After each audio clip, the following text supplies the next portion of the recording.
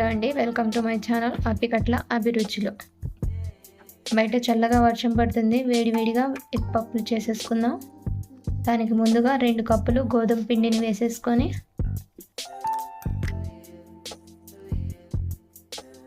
అందులో సరిపడినంత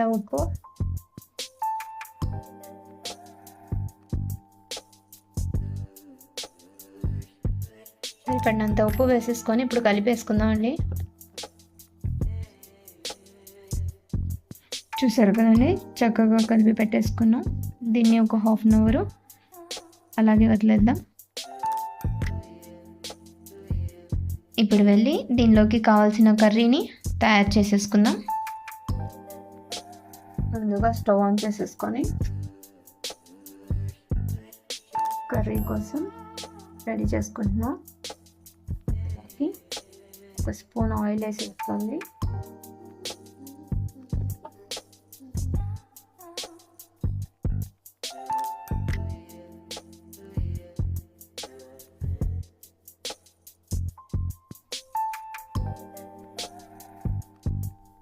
oil heat ఎక్కిన తర్వాత 2 ఆనియన్స్ సన్నగా తరిగి పెట్టుకున్నవి అందులో వేసేసాను.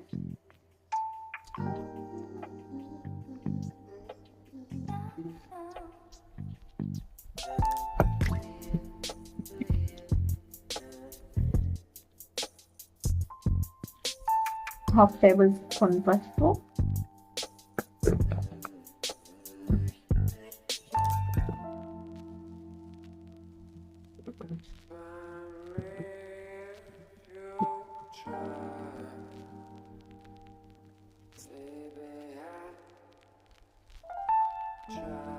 హాఫ్ టేబుల్ స్పూన్ ఉప్పు,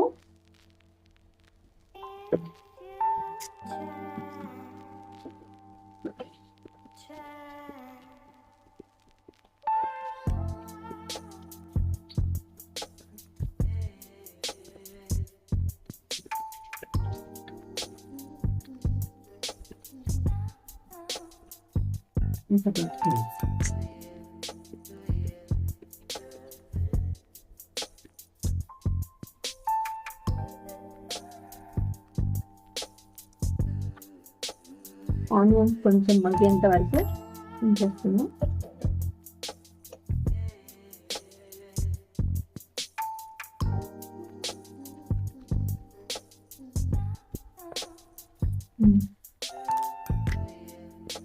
కొద్దిగా అల్లం వెల్లుల్లి పేస్ట్,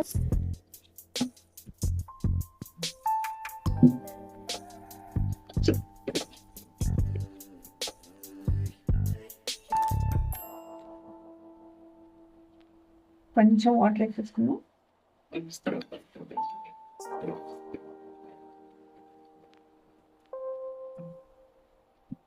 ఇప్పుడు ఇందులో కొద్దిగా గరం మసాలా,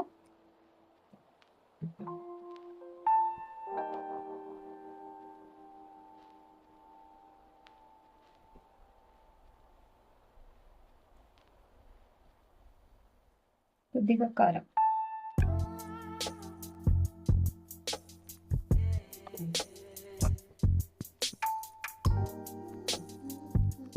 ఇప్పుడు వాటర్ వేసేసుకున్నాం.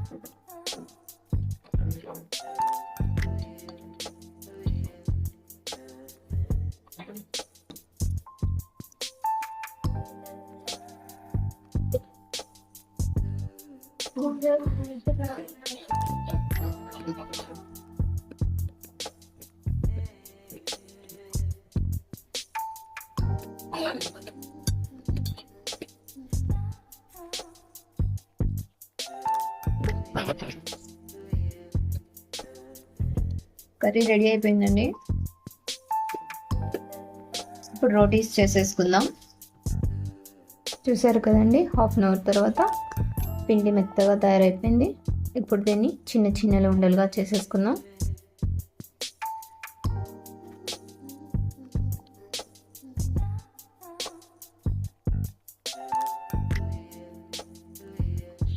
ఇలా రోటీస్ని తయారు చేసేసుకుందాం. ఫస్ట్ చూసారు కదండి, చక్కగా రోటీస్ అన్నీ రెడీ చేసేసుకున్నాం. ఇప్పుడు రోటీస్లోకి కర్రీ పెట్టి ఫోల్డ్ చేసేద్దాం. దానికోసం మనం తయారు చేసి పెట్టుకున్న కర్రీ, బాయిల్డ్ ఎగ్స్ తీసేసుకున్నాం. ఇప్పుడు ఎలా ఫోల్డ్ చేసుకోవాలో చూసేద్దాం. రోటీ తీసేసుకొని ఫస్ట్ బాయిల్ చేసుకునే ఎగ్ ఉంది కదా, దాన్ని వేసేసుకున్నాం. ఇప్పుడు దాని మీద ముందుగా తయారు చేసి పెట్టుకున్న కర్రీని వేసేసుకుని ఇప్పుడు దీన్ని ఫోల్డ్ చేసేద్దాం.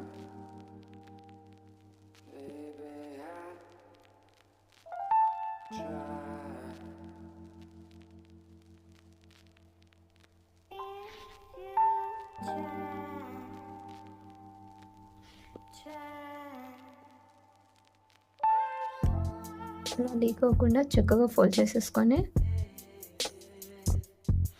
ఇలాగే మిగిలిన రోటీస్ అన్నీ చేసేసుకొని పెట్టేసుకున్నాం.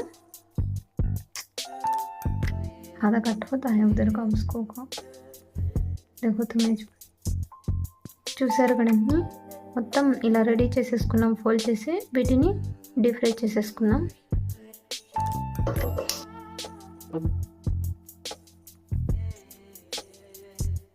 డీప్ ఫ్రై కోసం స్టవ్ వెలిగించేసాను. ఇప్పుడు ఆయిల్ వేసేసుకున్నాం.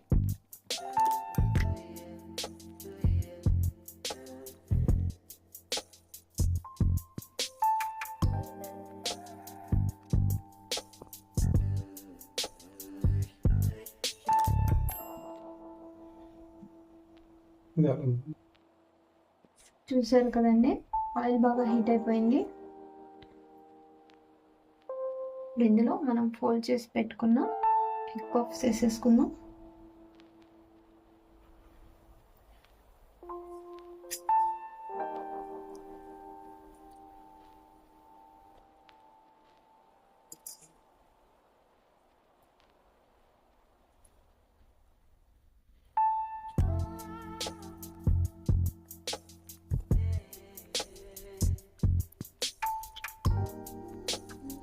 ఇలా రెండు సైడ్లు మెల్లిగా తిప్పుతూ రోస్ట్ చేసేసుకుందాం.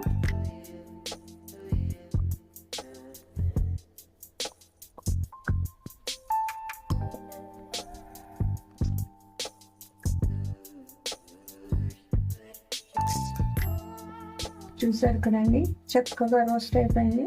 ఇప్పుడు ఇలాగే మొత్తం ఫోల్డ్ చేసిన ఎగ్ పఫ్స్ అన్ని రోస్ట్ చేసుకొని పక్కన పెట్టేసుకుందాం.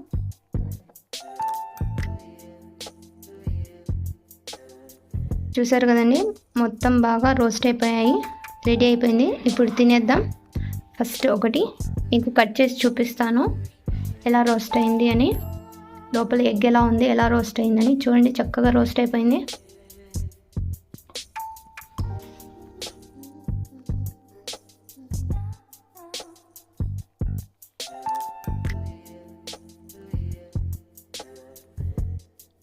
చూడండి, లోపల ఎగ్ అది కూడా బాగా రోస్ట్ అయిపోయింది. ఇప్పుడు దీన్ని సాస్లో నంచేసుకొని తినేద్దాం.